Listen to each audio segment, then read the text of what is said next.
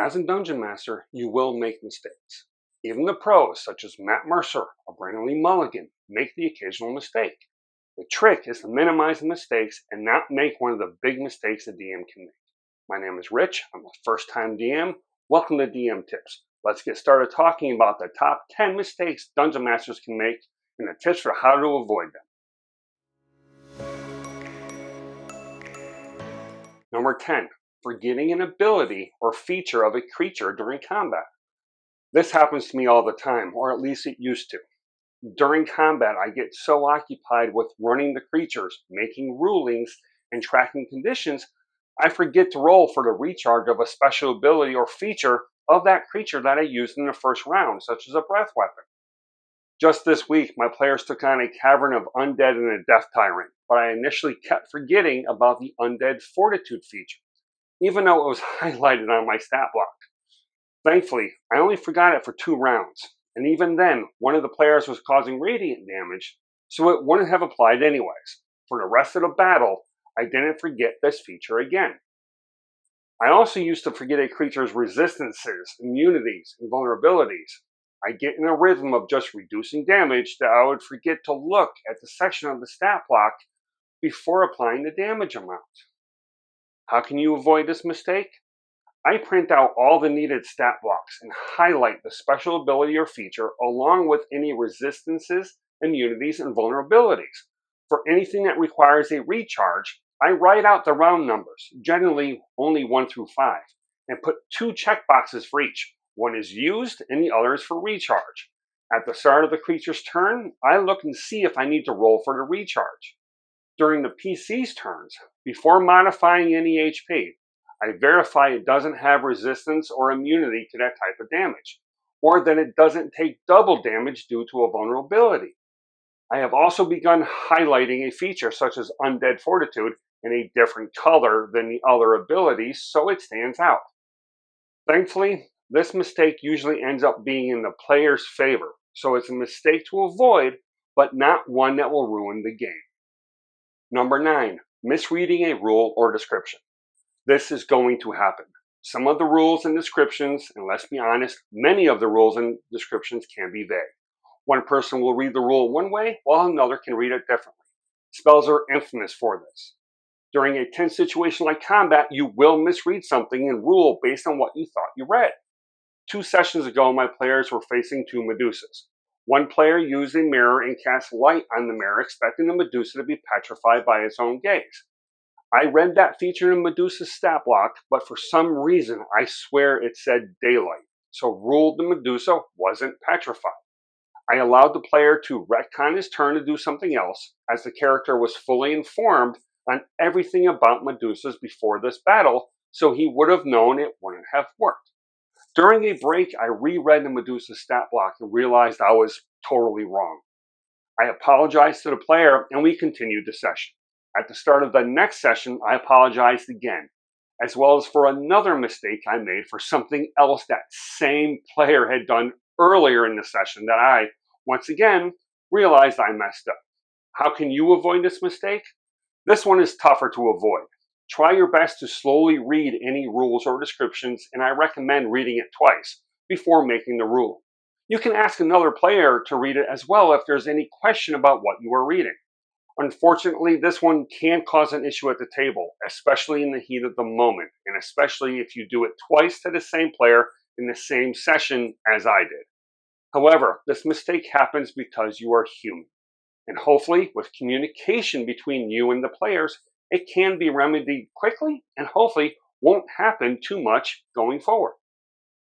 Number 8, not tracking conditions correctly during battle. In your career as a DM, there will eventually be a combat. Every single PC and NPC has some condition affecting them. Players will be concentrating, while others are restrained, frightened, poisoned, and paralyzed. In the same Medusa combat I described earlier, every single mini on the map had a condition ring of some sort. After about the 3rd round, I kept forgetting about the conditions. There was just so much going on that I got locked in, trying to figure out what the Medusas were going to do next while tracking all the damage being done. How can you avoid this mistake? Condition rings are a huge help, even though I still had an issue when I was using it. The easiest way is to slow down during combat and look at the map in minis and make sure everything is being accounted for. In the session after Medusa session, there were many condition rings on the map again as they faced a death tyrant, but this time I took a beat at the start of each turn and verified the conditions and who had them. Also, have your players track their own concentration conditions.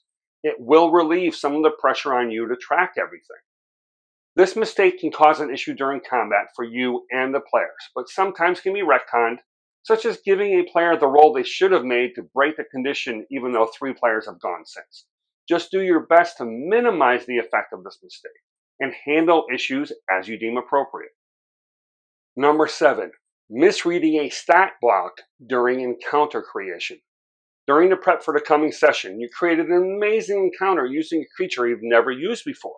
You looked over the creature's stat block and it is perfect for the party to fight.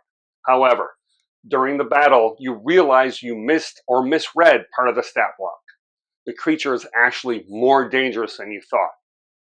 During an early session in my current campaign, the players were in the Feywild and they would be making their way through a stone canyon. I designed the canyon to be home to Koreds. I figured they were the perfect creatures for this encounter as their stone camouflage ability would help them hide and maybe they can get the jump on the party. However, it was during the first attack I realized my mistake. A Korid does 1d8 plus 6 damage with a Great Club. However, if they are on the ground, they do 3d8 plus 6 instead. During encounter creation, I missed the on the ground part. The player survived, but it was a lot more difficult than it should have been, which was great and the players enjoyed the intensity, but a TPK was accidentally a possibility. How can you avoid this mistake? Unfortunately, just like misreading a rule or description, you are human and this will happen. Do your best to read stat blocks more than once before deciding to use a creature. This mistake can result in a TPK unless you realize the mistake and adjust the encounter on the fly. For example, maybe have an ability that you misread only work once and only for one creature.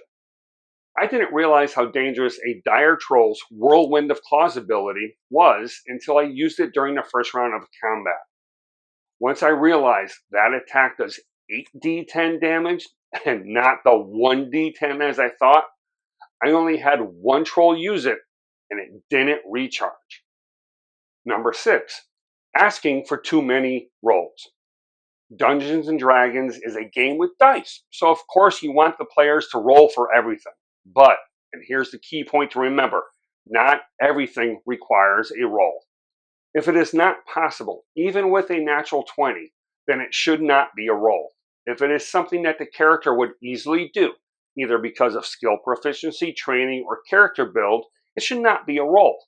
If it is plot relevant information, it should not be hidden behind a roll. Constant rolling can not only slow the game down, but it can actually cause the progression through the story to stop if the players missed out on the most important information due to a poor roll. The bard cannot seduce the dragon no matter how well they roll. The bard cannot convince the king to give up their crown even with a nat 20. Sorry, I don't mean to pick on bards. How to avoid this mistake? Only have a roll be made when the outcome of the roll influences the story or encounter, for the good or the bad. This mistake can simply make your life as a DM tough. You may have to figure out a different way for the party to get the information or the item that they failed to obtain because of a bad roll, or in the worst case, a PC dies and you have to figure out if you want to retcon it because you never should have had to make the roll that killed them to begin with. Number 5, not saying yes and or no but. The next mistake is when the DM takes absolute control of the story and does not roll with the punches that the players will invariably throw into the story. Dungeons & Dragons is a cooperative storytelling adventure. The DM is the narrator of the story the player's actions determine. Most of D&D is improv. One of the key aspects of improv is the idea of yes and.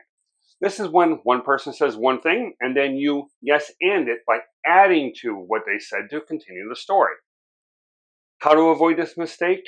During a session, the DM and the other players should usually be yes-anding each other. There is also the no but that you can use when the player gives you an idea that wouldn't work in a story or world, but you don't want to diminish their enthusiasm or creativity. So you say no, but, and give them a different option that is close to what they really wanted to do. Remember, D&D requires collaboration between the DM and the players. This mistake can affect the game in many ways. The main way may be the players thinking they are being railroaded, or all their ideas are never accepted by the DM.